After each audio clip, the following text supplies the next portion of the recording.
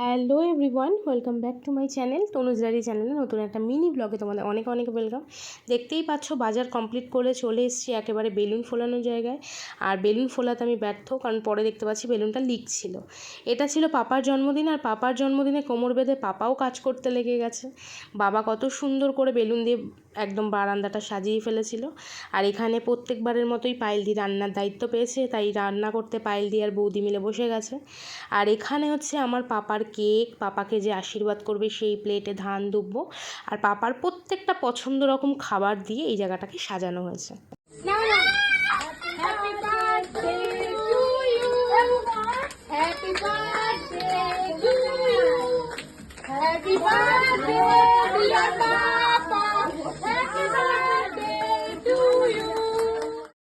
চলো তাড়াতাড়ি তোমাদের সাথে একটু মেনুটা শেয়ার করে নিই। ছিল পোলাও, মাংস, চাটনি, পাঁপড়, পায়েস, মিষ্টি, আর পাপাকে আলাদা করে 5 রকম দেওয়া হবে বলে সেই মিষ্টিটাও ছিল।